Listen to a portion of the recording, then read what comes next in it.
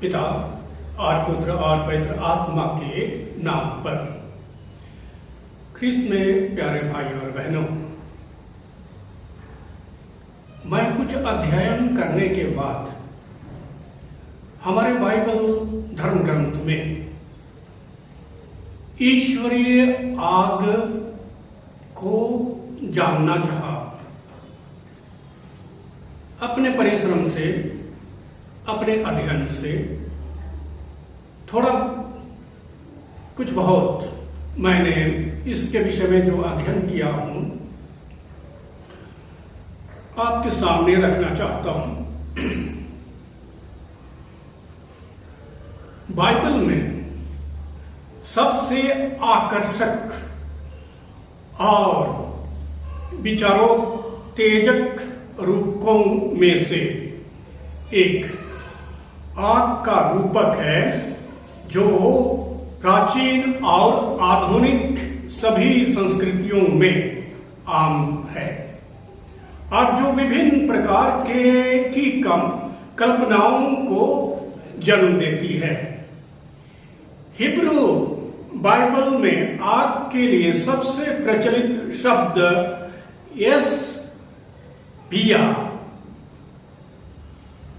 एसबिया है। ग्रीक शब्द में फास FW है, जिसका अनुवाद आमतौर से प्रकाश भी किया जाता है। हमारे नए नियम में आग के रूप में संत मार्कुस का सुसमाचार 14 अध्याय 54वां अध्याय, संत लूका के 22वां अध्याय का 56वां लाइन में 2 बार आता है। आग का प्रयोग, आग की चर्चा। नए नियम में आग के लिए सामान्य शब्द पूर है, जो सेप्तुअजिंट में हिब्रू एसबिया का नियमित ग्रीक अनुवाद है। हालेलुया।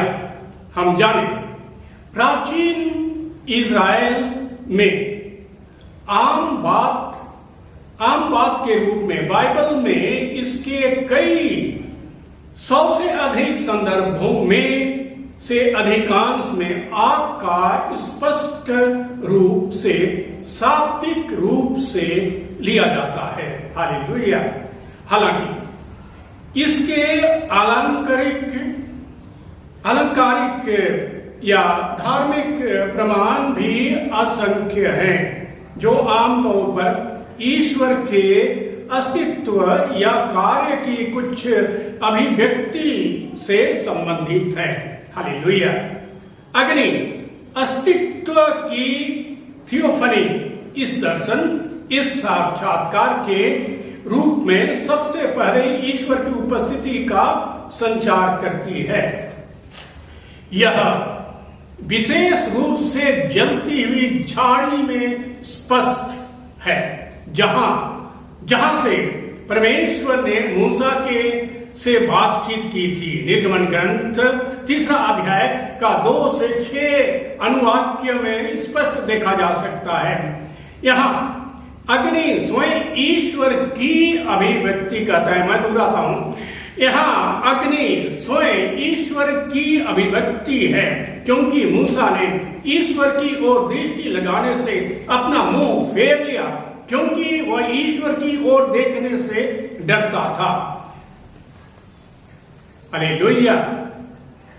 इसी के समान आग में सिनाई पर्वत पर यहोवा का अवतरण निर्गमन ग्रंथ 19वां अध्याय का 18वां लाइन की तुलना विधि विवरण ग्रंथ 4 अध्याय 11वां लाइन से 12वां लाइन, विधि विवरण 4 अध्याय का 15वां, विधि विवरण 4 अध्याय का 33वां, विधि विवरण 4 अध्याय का 36वां लाइन में पाया जाता है। आग का प्रयोग, आग की तुलना। नए नियम में पौल ने मसीह के दूसरे आगमन का वर्णन मसीह की उपस्थिति धधकती आग के रूप में किया है।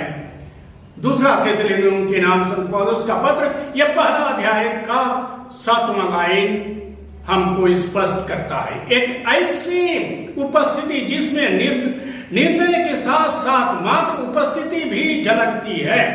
पुराने नियम की कल्पना के समान जॉन की भी दृष्टि यीशु के प्रति की गई है, जिसकी आंखें धधकती हुई आग की तरह। प्रकाशना ग्रंथ ये पहला अध्याय का 14 लाइन या दूसरा अध्याय का 18वां लाइन 19वां अध्याय का 12वां लाइन स्पष्ट करती है।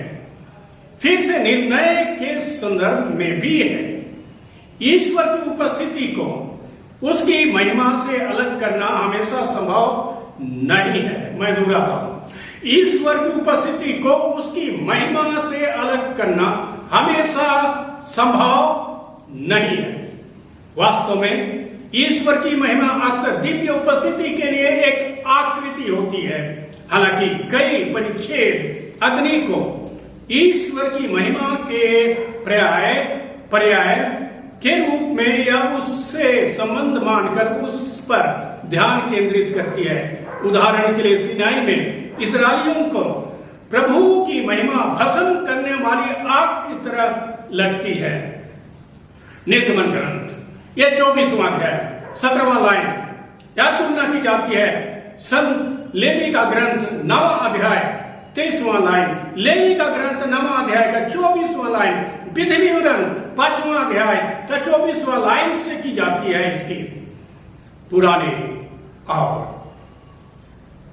नए नियमों में ईश्वर की महिमा के दर्शन में आग एक नियमित घटना है। हालेलुया।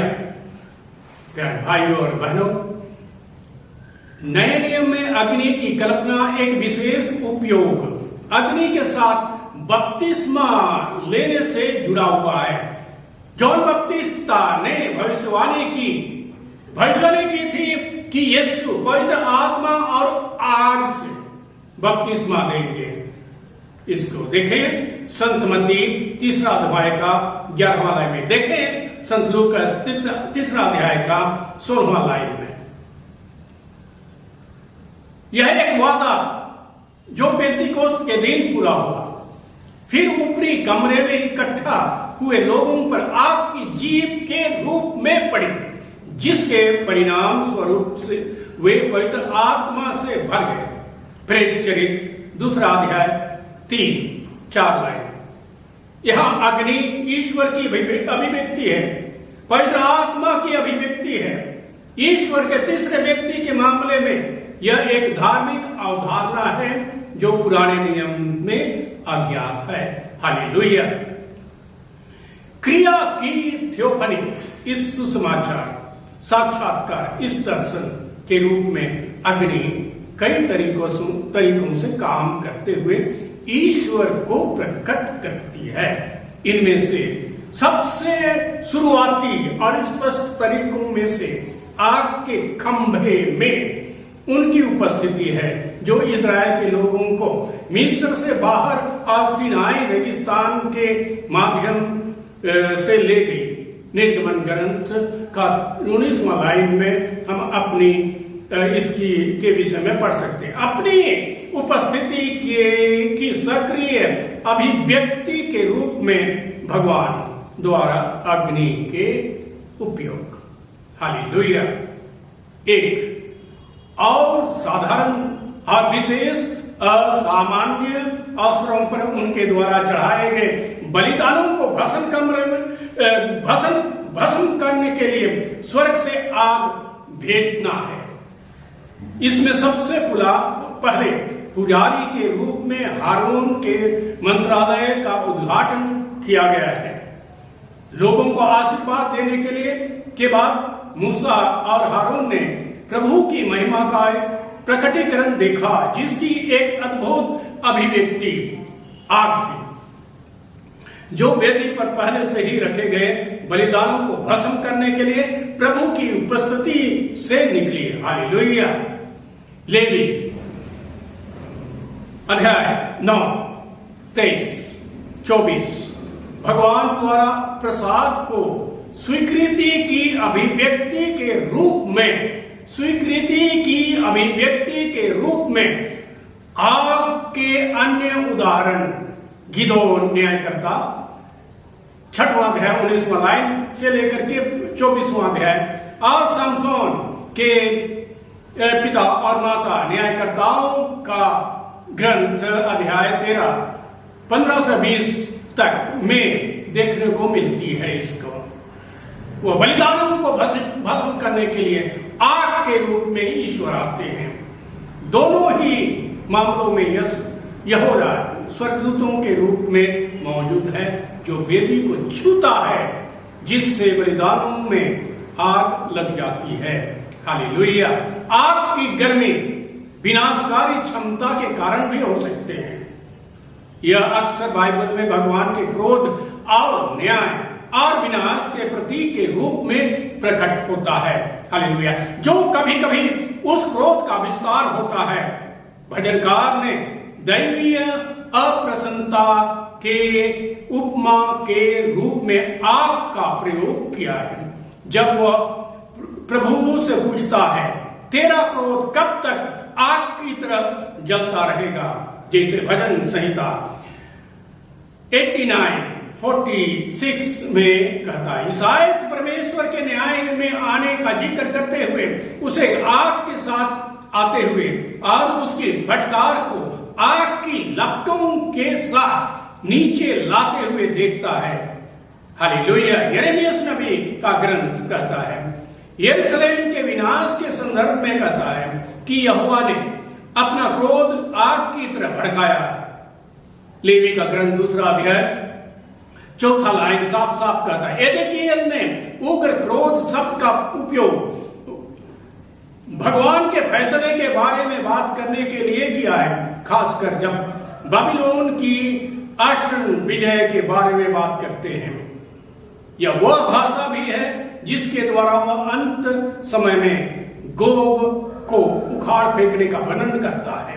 अपने उत्साह और उग्र क्रोध में वह भारी विपत्ति लाएगा। Hallelujah, hallelujah, hallelujah, hallelujah. और इस तरह ईश्वर के क्रोध का प्रतीक है आग। अन्य अनुच्छेदों में भगवान के क्रोध को न केवल प्रतीकात्मक रूप में से आग द्वारा दर्शाया गया है, बल्कि आग उनके क्रोध का शाब्दिक वाहन बन जाती है।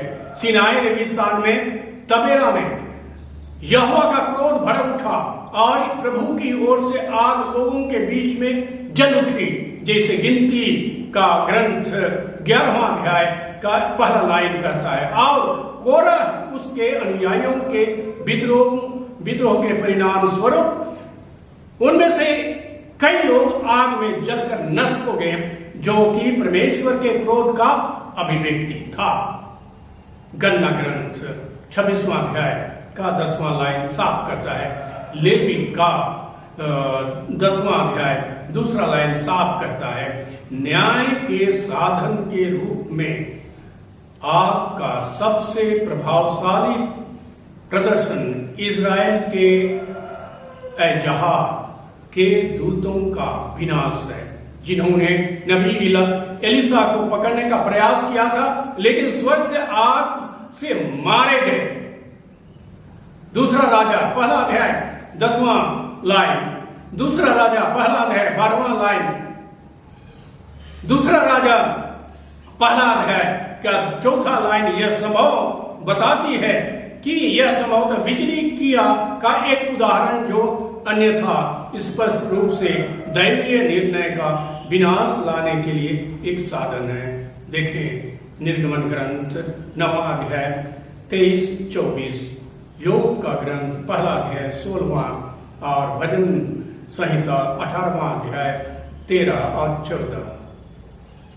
प्यारे भाइयों और बहनों, ईश्वर के क्रोध और न्याय के संकेत के रूप में आग की वही कल्पना नए नियम में भी जारी है। जेम्स और जॉन ने यीशु से पूछा कि क्या उन्हें समारियों को जिन्होंने यीशु का स्वागत नहीं किया, नष्ट करने के लिए स्वर्ग से आग बुलानी चाहिए या नहीं? जैसे लूका 9 अध्याय का 54वां लाइन कहता है, आग शुद्धिकरण का प्रतीक भी है। संत पौलुस आपको एक शुद्ध वाले एजेंट के रूप में बोलते हैं जो किसी जीवन और कार्यों की गुणवत्ता का परीक्षण करने में सक्षम है। आमतौर से आग नरक के न्याय से जुड़ी होती है। संत मत्ती 3 अध्याय 12वां अध्याय 5वां अध्याय 22वां लाइन 18वां अध्याय 8 और 9, मार्क 9वां अध्याय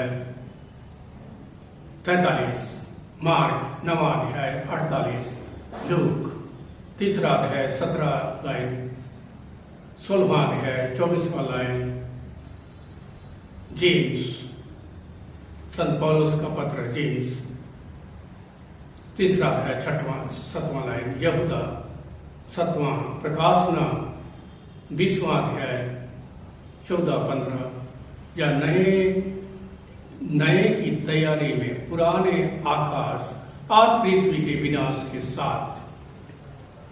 दूसरा पत्रस 3 अध्याय 10वां लाइन, दूसरा पत्रस 3 अध्याय 12वां लाइन हमको इस बात को स्पष्ट बताती है। Hallelujah, hallelujah, hallelujah, hallelujah.